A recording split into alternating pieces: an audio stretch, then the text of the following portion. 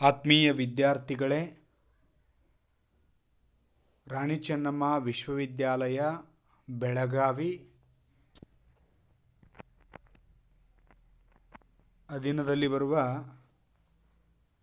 BA ಪ್ರಥಮ semester revised syllabus ಅದರಂತೆ BCom 1 BBA 1 ವಿದ್ಯಾರ್ಥಿಗಳಿಗೆ ಅನುಕೂಲವಾಗುವಂತೆ, ಅದರ ಜೊತೆಗೆ ದ್ವಿತೀಯ PUC ವಿದ್ಯಾರ್ಥಿಗಳಿಗೂ ಅನುಕೂಲವಾಗುವ ದೃಷ್ಟಿಯಿಂದ ಸೂಕ್ಷ್ಮ ಅರ್ಥಶಾಸ್ತ್ರದಲ್ಲಿ ಬರುವ ದೀರ್ಘಾವಧಿ ವೆಚ್ಚ ಮತ್ತು ವೆಚ್ಚದ ರೇಖೆಗಳನ್ನು ಕುರಿತು ಚರ್ಚೆ ಮಾಡೋಣ.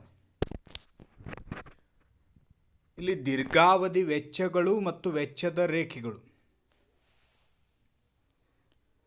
ಈಗಾಗಲೇ ಹಿಂದೆ ಅಲ್ಪಾವಧಿ ವೆಚ್ಚಗಳ ಬಗ್ಗೆ ಚರ್ಚೆ ಮಾಡಿದ್ವಿ.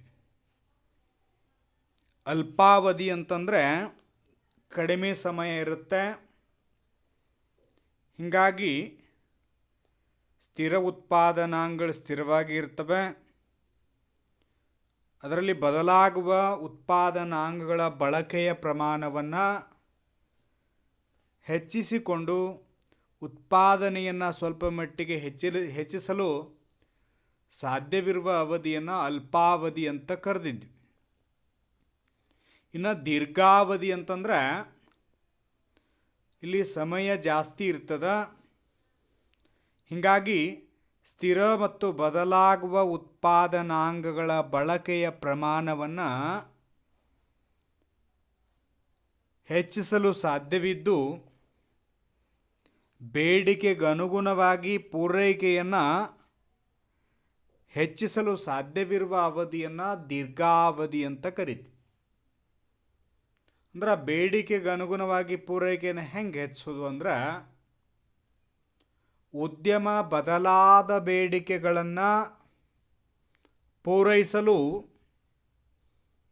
ತನ್ನ ಗಾತ್ರ, ಉತ್ಪಾದನಾ ಪ್ರಮಾಣ ಮತ್ತು ಪೂರೈಕೆ ಪ್ರಮಾಣವನ್ನು ಗಣನೀಯವಾಗಿ ಹೆಚ್ಚಿಸಲು ಸಾಧ್ಯವಿರುವ ಅವಧಿಯನ್ನು ದೀರ್ಘಾವಧಿ ಅಂತ ಕರಿತೀವಿ. ದೀರ್ಘಾವಧಿಯಲ್ಲಿ ಸ್ಥಿರ ವೆಚ್ಚ ಇರದೆ ಎಲ್ಲ ವೆಚ್ಚಗಳು ಏನಾಗಿರ್ತಾವಪ್ಪ ಅಂತಂದ್ರೆ ಬದಲಾಗುವ ವೆಚ್ಚಗಳೇ ಆಗಿರ್ತವೆ. ಹೀಗಾಗಿ ಇಲ್ಲಿ ಸ್ಥಿರ ವೆಚ್ಚ, ಬದಲಾಗುವ ವೆಚ್ಚ ಈ ರೀತಿ ವರ್ಗೀಕರಣ ಮಾಡದೆ ಇಲ್ಲಿ ದೀರ್ಘಾವಧಿಯಲ್ಲಿ ಒಟ್ಟು ವೆಚ್ಚವನ್ನು ಕನ್ಸಿಡರ್ ಮಾಡ್ಕೋತೀವಿ.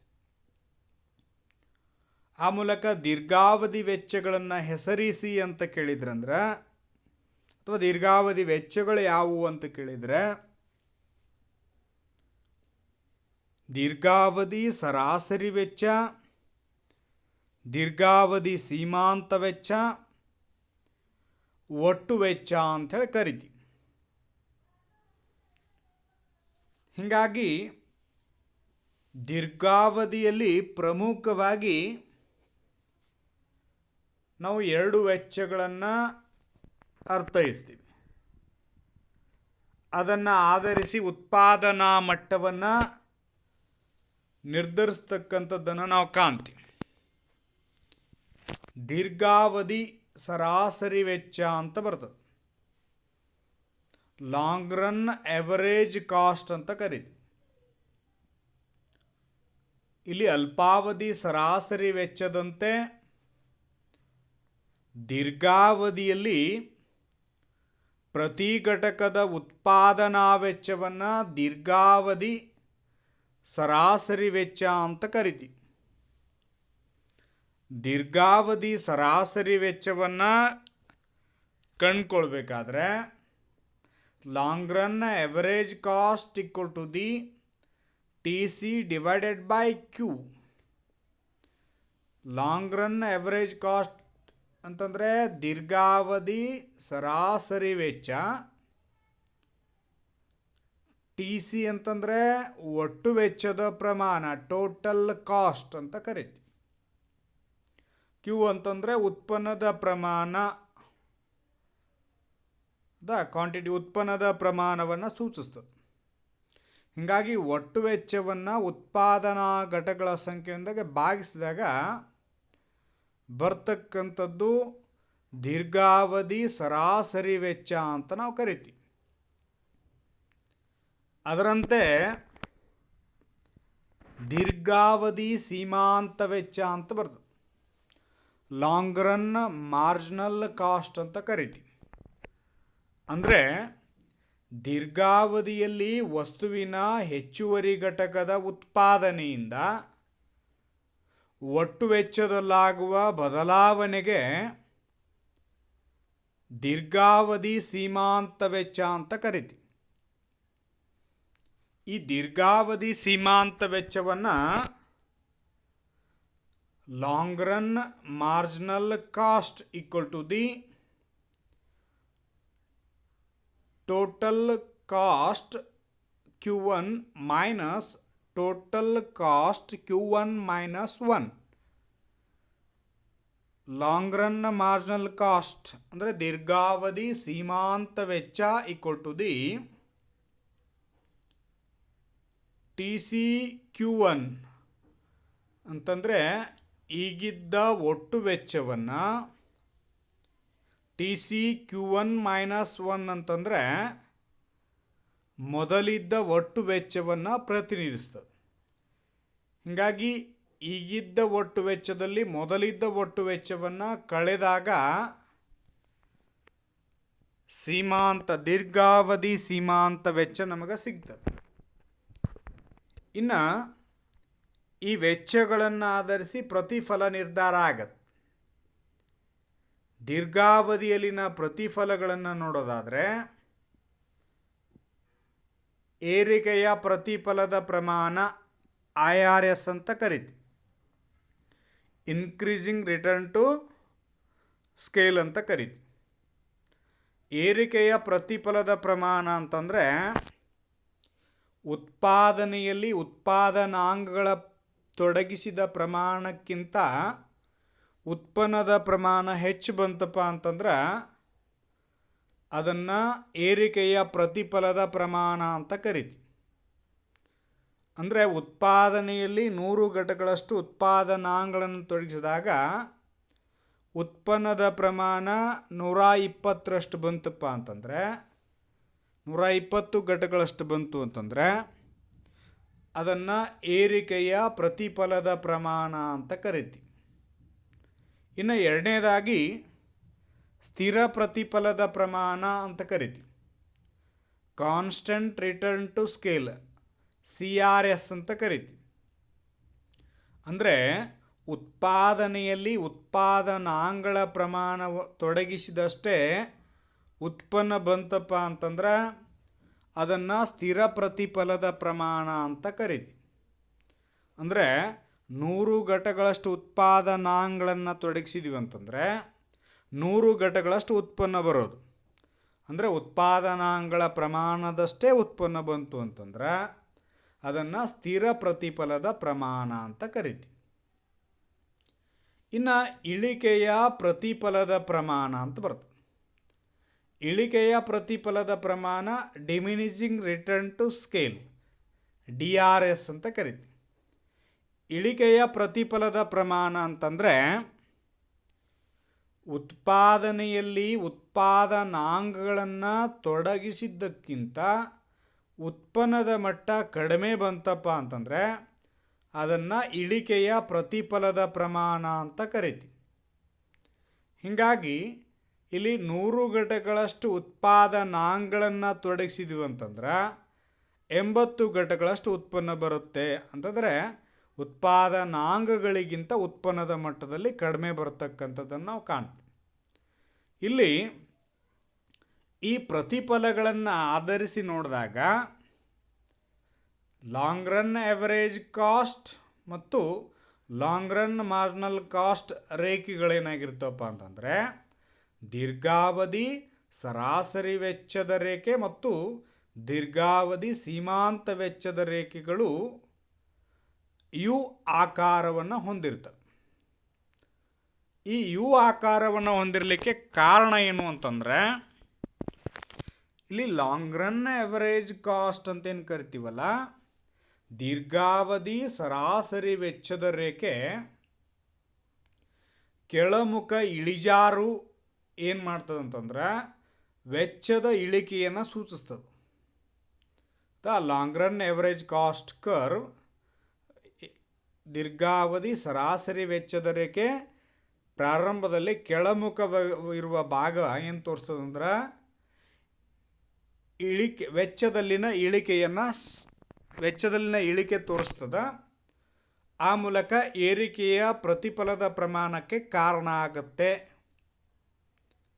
ಇನ್ನು ಲಾಂಗ್ ರನ್ ಆವರೇಜ್ ಕಾಸ್ಟ್, ದೀರ್ಘಾವಧಿ ಸರಾಸರಿ ವೆಚ್ಚದ ರೇಖೆ ಕನಿಷ್ಠ ಬಿಂದು, ಇದು ವೆಚ್ಚವು ಸ್ಥಿರವಾಗಿರುವುದರಿಂದ ಸ್ಥಿರ ಪ್ರತಿಫಲದ ಪ್ರಮಾಣಕ್ಕೆ ಕಾರಣವಾಗ್ತದೆ. ಅಂದರೆ ದೀರ್ಘಾವಧಿ ಸರಾಸರಿ ವೆಚ್ಚದ ರೇಖೆ ಕಡಿಮೆ ಇದ್ದಂಥ ಸಂದರ್ಭದೊಳಗೆ, ಕನಿಷ್ಠ ಮಟ್ಟ ಸ್ಥಿರವಾಗಿರುವಂಥ ಸನ್ನಿವೇಶದೊಳಗೆ ಸ್ಥಿರ ಪ್ರತಿಫಲದ ಪ್ರಮಾಣ ಅನ್ವಯ ಆಗುತ್ತೆ. ಇನ್ನು ಲಾಂಗ್ ರನ್ ಆವರೇಜ್ ಕಾಸ್ಟ್, ದೀರ್ಘಾವಧಿ ಸರಾಸರಿ ವೆಚ್ಚದ ರೇಖೆ ಮೇಲಕ್ಕೆ ಇರುವ ಭಾಗ ಏನದಲ್ಲ, ಅದು ವೆಚ್ಚ ಹೆಚ್ಚುತ್ತಿರುವುದರಿಂದ ಇಳಿಕೆಯ ಪ್ರತಿಫಲದ ಪ್ರಮಾಣಕ್ಕೇನಾಗುತ್ತೆ, ಕಾರಣವಾಗುತ್ತೆ ಅನ್ನುವಂಥ ಅಂಶವನ್ನು ನಾವು ಹೇಳ್ಬೋದು. ಅಂದರೆ ದೀರ್ಘಾವಧಿ ಸರಾಸರಿ ವೆಚ್ಚ ಮತ್ತು ದೀರ್ಘಾವಧಿ ಸೀಮಾಂತ ವೆಚ್ಚದ ರೇಖೆಗಳ ಆಧಾರದ ಮೇಲೆ ಉತ್ಪನ್ನದ ಮಟ್ಟ ನಾವು ಅಳಿತೀವಿ. ಇದನ್ನು ಒಂದು ರೇಖಾಚಿತ್ರದ ಮೂಲಕ ವಿವರಣೆ ಮಾಡೋದಾದರೆ, ಈ ಮೊದಲನೇ ರೇಖಾಚಿತ್ರದೊಳಗೆ ಇಲ್ಲಿ OX ಅಕ್ಷ ಉತ್ಪನ್ನದ ಪ್ರಮಾಣ, ಔಟ್ಪುಟ್ ಅಂತ ಕರಿತೀವಿ. ಇನ್ನು OY ಅಕ್ಷ ವೆಚ್ಚದ ಪ್ರಮಾಣ, ಕಾಸ್ಟ್ ಅಂತ ಕರಿತೀವಿ. ಇಲ್ಲಿ SAC1, SAC2, SAC3, SAC4, SAC5 ಅಂದರೆ ಇವೇನದಲ್ಲ, SAC1, SAC2, SAC3, SAC4, SAC5 ಇವು short run average cost curves ಅಂತಂದರೆ ಅಲ್ಪಾವಧಿ ಸರಾಸರಿ ವೆಚ್ಚದ ರೇಖೆಗಳು ಅಂತ ಕರಿತೀವಿ ಇದನ್ನು. ಈ ಅನೇಕ ಅಲ್ಪಾವಧಿ ಸರಾಸರಿ ವೆಚ್ಚದ ರೇಖೆಗಳು ಕೂಡ್ಕೊಂಡು ಏನಾಗಿದೆ ಅಂತಂದರೆ ದೀರ್ಘಾವಧಿ ಸರಾಸರಿ ವೆಚ್ಚದ ರೇಖೆ, long run average cost. Long run average cost curve means ದೀರ್ಘಾವಧಿ ಸರಾಸರಿ ವೆಚ್ಚದ ರೇಖೆ ಉದ್ಭವ ಆಗುತ್ತೆ. ಇಲ್ಲಿ ಅನೇಕ ಅಲ್ಪಾವಧಿ ಸರಾಸರಿ ವೆಚ್ಚದ ರೇಖೆಗಳು ಕೂಡಿಕೊಂಡು ದೀರ್ಘಾವಧಿ ಸರಾಸರಿ ವೆಚ್ಚದ ರೇಖೆಯನ್ನು ನಾವೇನು ಮಾಡ್ಬೋದು, ದೀರ್ಘಾವಧಿ ಸರಾಸರಿ ವೆಚ್ಚದ ರೇಖೆಯನ್ನು ಪಡ್ಕೊಳ್ತೀವಿ. ಅದರ ಜೊತೆಗೆ ಅಲ್ಪಾವಧಿ ಸರಾಸರಿ ವೆಚ್ಚದ ರೇಖೆಯ ಕನಿಷ್ಠ ಬಿಂದು, ಅಂದರೆ ಎಲ್ಲಿ ಅಲ್ಪಾವಧಿ ಸರಾಸರಿ ವೆಚ್ಚದ ರೇಖೆ ಕಡಿಮೆ ಇದೆಯೋ ಆ ಬಿಂದುವಿನಲ್ಲಿ ಅಲ್ಪಾವಧಿ ಸೀಮಾಂತ ವೆಚ್ಚದ ರೇಖೆಗಳು ಸಂಧಿಸ್ಯಾವ. ಅದು ನಿಯಮ. ಆ ಮೂಲಕ ಸರಾಸರಿ ವೆಚ್ಚ ಕನಿಷ್ಠವಿರುವ ಸನ್ನಿವೇಶದೊಳಗೆ ಅಲ್ಪಾವಧಿ ಸೀಮಾಂತ ವೆಚ್ಚದ ರೇಖೆ ಸಂಧಿಸೋದು.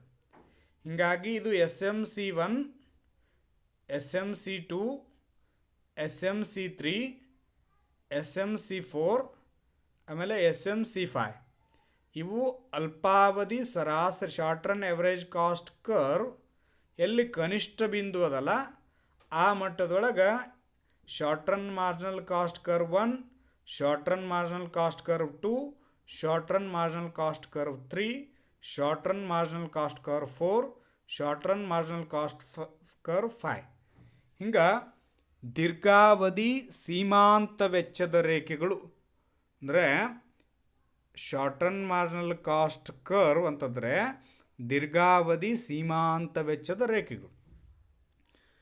ಅವು ಅದರಲ್ಲಿ long run marginal cost curve ಅಂದರೆ ದೀರ್ಘಾವಧಿ ಸೀಮಾಂತ ವೆಚ್ಚದ ರೇಖೆ. ಇದು ಎಲ್ಲಿ long run average cost curve minimum point ಎಲ್ಲಿದಲ್ಲ ಅಲ್ಲಿ long run marginal cost curve ಏನಾಗ್ಯದ ಸಂಧಿಸ್ಯದ.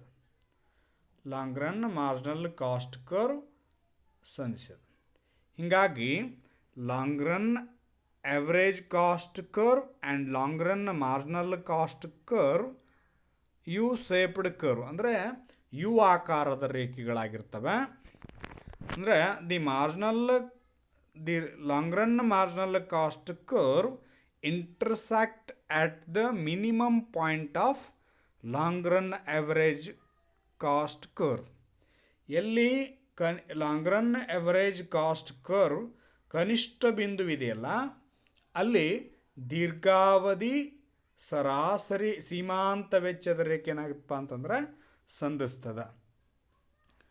ಆ ಮೂಲಕ ಇಲ್ಲಿ ಎ ಮತ್ತು ಬಿ ಬಿಂದು ನಡುವಿನ ಅಂತರ ಮತ್ತು ಇಲ್ಲಿ ಏನಾಗಿದೆ ಅಂತಂದರೆ ವೆಚ್ಚ ಇಳಿಕೆಯ ಸನ್ನಿವೇಶವನ್ನು ನಾವು ಕಾಣ್ತೀವಿ ಎರಡು ರೇಖೆಗಳು. ಇಲ್ಲಿ ವೆಚ್ಚ ಇಳಿಕೆ ಆಗೋದ್ರಿಂದ ಏನಾಗುತ್ತೆ, ಉತ್ಪನ್ನ ಹೆಚ್ಚು ಮಾಡಿದಂಗೆ ಇದು ಏರಿಕೆಯ ಪ್ರತಿಫಲ. ವೆಚ್ಚ ಕಡಿಮೆ ಇರ್ತದೆ, ಉತ್ಪನ್ನ ಹೆಚ್ಚಾಗಿರುತ್ತೆ. ಇಲ್ಲಿ ಜೆ ಕೆ ಪಾಯಿಂಟಲ್ಲಿ ಏನಾಗುತ್ತೆ ಅಂದರೆ IRS increasing return to scale ಏರಿಕೆಯ ಪ್ರತಿಫಲದ ನಿಯಮ ಅನ್ವಯ ಆಗುತ್ತೆ. ಇನ್ನು ಸಿ ಬಿಂದು ಮಿನಿಮಮ್ ಪಾಯಿಂಟ್ ಎಲ್ಲದಲ್ಲ ಅಲ್ಲಿ ಸರಾಸರಿ long run average cost curve ಮತ್ತು long run marginal cost curve ಎರಡು ಸಮನಾಗಿರ್ತಾವೆ. ಮಿನಿಮಮ್ ಪಾಯಿಂಟ್ ಅಲ್ಲಿ ಏನು ಸೂಚಿಸ್ತದೆ ಅಂತಂದ್ರೆ ಕಾನ್ಸ್ಟೆಂಟ್ ರಿಟರ್ನ್ ಟು ಸ್ಕೇಲ್ ಅಂತಂದರೆ ಸ್ಥಿರ ಪ್ರತಿಫಲದ ಪ್ರಮಾಣವನ್ನು ತಿಳಿಸ್ತದೆ. ಆಮೇಲೆ ಎಮ್ ಮತ್ತು ಎನ್ ಈ ಮಟ್ಟದ ಉತ್ಪಾದನೆ ಮಾಡಿದಾಗ ಲಾಂಗ್ ರನ್ ಆವರೇಜ್ ಕಾಸ್ಟ್ ದೀರ್ಘಾವಧಿ ಸರಾಸರಿ ವೆಚ್ಚ ಮತ್ತು ದೀರ್ಘಾವಧಿ ಸೀಮಾಂತ ವೆಚ್ಚ ಎರಡೂ ಸಹಿತ ಹೆಚ್ಚಾಗ್ತಾ ಹೋಗಿವೆ. ಹೀಗಾಗಿ ಇಲ್ಲಿ DRS decreasing return to scale ಅಂತಂದರೆ ಇಳಿಕೆಯ ಪ್ರತಿಫಲದ ನಿಯಮ ಅನ್ವಯ ಆಗುತ್ತೆ. ಇದರಲ್ಲಿರ್ತಕ್ಕಂಥ long run average cost and long run marginal cost ದೀರ್ಘಾವಧಿ ಸರಾಸರಿ ವೆಚ್ಚ ಮತ್ತು ದೀರ್ಘಾವಧಿ ಸೀಮಾಂತ ವೆಚ್ಚದ ರೇಖೆ ಇವುಗಳನ್ನೇ ಇಲ್ಲಿ ತೊಗೊಂಡಿವಿ ನಾವು. ಇದನ್ನಷ್ಟೇನೂ ನಾವು ತೆಗಿಬೋದು. ಈ ರೇಖಾಚಿತ್ರದೊಳಗೆ ಏನಾಗಿದೆ ಅಂತಂದರೆ OX ಅಕ್ಷ ಉತ್ಪನ್ನದ ಪ್ರಮಾಣ, OY ವೆಚ್ಚದ ಪ್ರಮಾಣವನ್ನು ಸೂಚಿಸ್ತದೆ. ಇನ್ನು LRAC ಅಂತಂದರೆ ದೀರ್ಘಾವಧಿ ಸರಾಸರಿ ವೆಚ್ಚದ ರೇಖೆ, LRMC ಅಂತಂದ್ರೆ ದೀರ್ಘಾವಧಿ ಸೀಮಾಂತ ವೆಚ್ಚದ ರೇಖೆ. ಇದೇನು ಡಯಾಗ್ರಾಮ್ ಇದೆಯಲ್ಲ ಇದೇ ಸೇಮ್ ಎಕ್ಸ್ಪ್ಲನೇಷನ್ ಇದಕ್ಕೆ ನಾವು ತಗೊಳ್ತೀವಿ. ಇಲ್ಲೇನಾಗಿದೆ ಅಂತಂದರೆ ಯಾವಾಗ long run average cost curve long run marginal cost ಕರ್ವ್ಗಿಂತ long run average cost curve ಜಾಸ್ತಿ ಇರ್ತದನೋ ಇಲ್ಲಿ long run average cost curve ಜಾಸ್ತಿ ಅದ, long run marginal cost curve ಕಡಿಮೆ ಅದ. ಹೀಗಾಗಿ ಇದು IRS ಏರಿಕೆಯ ಪ್ರತಿಫಲದ ನಿಯಮವನ್ನು ಸೂಚಿಸ್ತದೆ. ಯಾವಾಗ long run average cost curve long run marginal cost curve equal ಆಗಿರ್ತದನೋ ಆವಾಗ CRS ಅನ್ವಯ ಆಗುತ್ತೆ, ಕಾನ್ಸ್ಟೆಂಟ್ ರಿಟರ್ನ್ ಟು ಸ್ಕೇಲ್ ಅನ್ವಯ ಆಗುತ್ತೆ. ಇನ್ನು ಯಾವಾಗ long run average cost curve ಕಡಿಮೆ ಇದ್ದು long run marginal cost curve ಜಾಸ್ತಿ ಇರ್ತದನೋ ಆವಾಗ DRS decreasing return to scale ಇಳಿಕೆಯ ಪ್ರತಿಫಲದ ನಿಯಮ ಅನ್ವಯ ಆಗುತ್ತೆ. ಒಟ್ಟಿನಲ್ಲಿ ಸಾಂಪ್ರದಾಯಿಕ ವೆಚ್ಚ ಸಿದ್ಧಾಂತದ ಪ್ರಕಾರ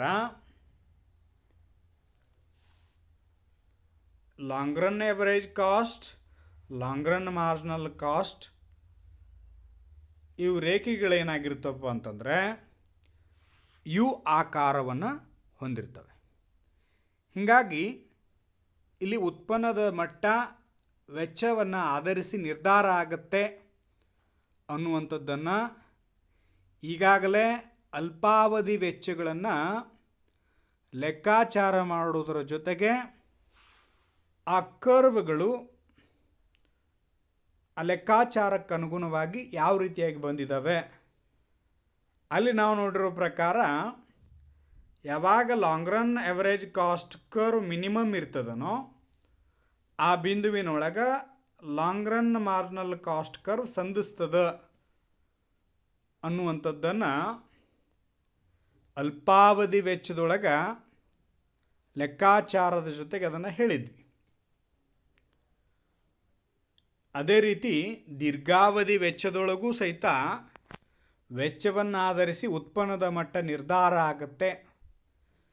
ಇವುಗಳನ್ನು ಆಧರಿಸಿ ಮಾರುಕಟ್ಟೆಯಲ್ಲಿ ಬೆಲೆ ಮತ್ತು ಉತ್ಪನ್ನದ ನಿರ್ಧಾರ ಆಗುತ್ತೆ ಅನ್ನುವಂಥ ಅಂಶವನ್ನು ಹೇಳ್ತಾ ದೀರ್ಘಾವಧಿ ವೆಚ್ಚದ ರೇಖೆಗಳ ಬಗ್ಗೆ ಇಲ್ಲಿಗೆ ತರಗತಿಯನ್ನು ಮುಕ್ತಾಯಗೊಳಿಸ್ತೀವಿ. ಧನ್ಯವಾದಗಳು.